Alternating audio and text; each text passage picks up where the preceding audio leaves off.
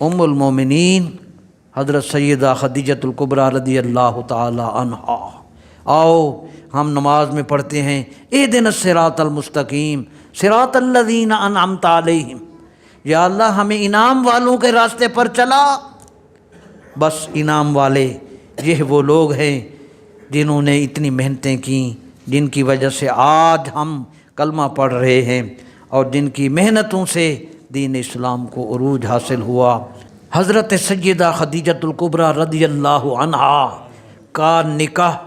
حضور علیہ السلام سے جب ہوا، سیدہ خدیجۃ الکبریٰ رضی اللہ عنہا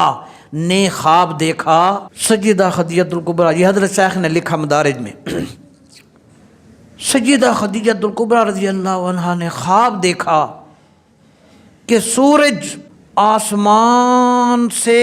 چل کر ان کے گھر میں آ گیا ہے اور اس کا نور ان کے گھر سے پھیل رہا ہے،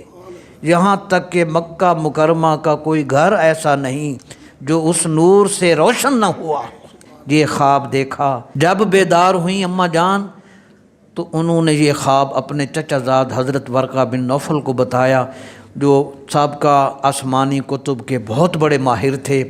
تو انہوں نے اس خواب کی یہ تعبیر دی کہ خدیجہ یہ خواب بتا رہا ہے کہ نبی آخر الزمان صلی اللہ علیہ وسلم تم سے نکاح فرمائیں گے۔ اس کے بعد اللہ پاک نے سیدہ خدیجۃ الکبریٰ رضی اللہ تعالی عنہا کو نکاح کے بعد، حضور کی زوجیت میں آنے کے بعد، میرے آقا علیہ الصلوۃ والسلام کا ذریعہ سہارا بنی سیدہ خدیجہ۔ تو قرآن مجید کے مطابق قرآن پاک، اللہ پاک نے حضور پاک کا سب سے بڑا معجزہ، اگر کوئی آپ سے پوچھے کہ حضور کا سب سے بڑا معجزہ کیا ہے، تو حضرت شیخ نے اور بزرگوں نے لکھا ہے کہ نبی علیہ السلام کا سب سے بڑا معجزہ اور اسلام کی صداقت کی سب سے بڑی دلیل قرآن مجید۔ اور اس قرآن پاک کے بارے میں اللہ نے فرمایا لو انزلنا هذا القرآن على جبل لرأيته خاشعا متصدعا من خشیۃ اللہ، اگر ہم نے یہ قرآن پہاڑ پر، کسی پہاڑ پر اتارا ہوتا تو آپ اس کو دیکھتے کہ وہ جھک جاتا اور وہ پہاڑ پاش پاش ہو جاتا اللہ کے خوف سے۔ پہلی وحی کے نزول کے بعد چونکہ سرکار دو عالم صلی اللہ علیہ وسلم کو نبوت کا عہدہ، اس کی عظمت اور اس کی جلالت کے پیش نظر حضور علیہ السلام پر خوف اور گھبراہٹ طاری ہوئی اور مشکلات نبوت پر حضور غور کرتے ہوئے حضور نے فرمایا لقد خشیت علی نفسی، مجھے اپنی جان کا اندیشہ ہے۔ بس اس مشکل کی گھڑی میں پہلی وحی کے نزول کے اس معاملات کو حل کرنے میں خدیجۃ الکبریٰ رضی اللہ عنہا اماں جان کی عظمت کو سلام۔ بس پھر حضرت خدیجۃ الکبریٰ رضی اللہ عنہا نے ان الفاظ سے حضور کو تسلی دی۔ حضور نے فرمایا زملونی زملونی، جب آئے نا غار حرا سے گھر میں تو یہ حالات تھے، تو فرمایا مجھ پر چادر اوڑھ دو، مجھ پر چادر اوڑھ دو، ٹھیک ہے۔ سیدہ خدیجہ رضی اللہ عنہا نے ان الفاظ سے حضور کو تسلی دی، فرمایا آپ غم نہ کھائیے، آپ خوش رہیے، اللہ آپ کو کسی خطرے میں نہ ڈالے گا، اللہ آپ کو رسوا نہیں ہونے دے گا، کیونکہ آپ صلہ رحمی کرتے ہیں، رشتہ داروں کے آپ حقوق ادا فرماتے ہیں، محتاجوں کی دستگیری کرتے ہیں، جو محتاج ہوتے ہیں ان کی مدد فرماتے ہیں،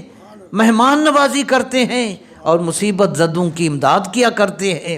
حضرت شیخ عبدالحق فرماتے، محدث دہلوی علیہ رحمہ فرماتے ہیں کہ ان باتوں کو جب میں نے پڑھا تو یہ باتیں سیدہ خدیجۃ الکبریٰ کی کمال عقل مندی اور کمال دانائی اور حقائق کا جو علم آپ کو حاصل تھا، یہ آپ کے صدق احوال کا اظہار کر رہی ہے کہ اتنی دانا تھی، اتنی سمجھدار تھی۔ دوسری بڑی اہم خوبی حضرت سیدہ خدیجہ رضی اللہ عنہا کی یہ ہے کہ آپ دین اسلام میں سب سے پہلے داخل ہوئیں اور حضرت سیدہ خدیجۃ الکبریٰ رضی اللہ عنہا پر کسی مرد یا کسی عورت کو تقدم فی الاسلام حاصل نہیں ہے۔ جتنے مرد آئے، جتنی خواتین آئیں، وہ سب بعد میں اسلام میں داخل ہوئیں سب سے پہلے سیدہ خدیجہ رضی اللہ عنہا اسلام کی دولت سے مالا مال ہوئی۔ حضرت شیخ رحمۃ اللہ تعالی علیہ نے کسی بزرگ کا قول نقل کیا، فرمایا سیدہ خدیجہ رضی اللہ عنہا کی فضیلت میں بس اتنا کافی ہے۔ حضرت شیخ رحمۃ اللہ تعالی علیہ فرماتے ہیں سیدہ خدیجۃ الکبریٰ کی فضیلت میں بس اتنا کافی ہے کہ سیدہ فاطمہ زہرا رضی اللہ عنہا جیسی صاحبزادی اللہ نے ان کو عطا فرمائی تھی۔